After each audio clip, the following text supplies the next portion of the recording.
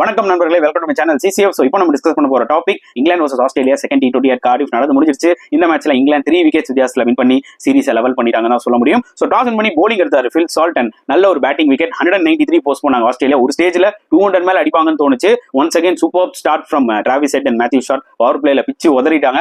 அதை அப்படியே கண்டினியூ பண்ணார் ஃப்ரேசர் மெக்கப். சூப்பர் நாக் 50 போட்டாரு. ஒரு நல்ல ஒரு ஆப்பர்ச்சுனிட்டி கிடைச்சது.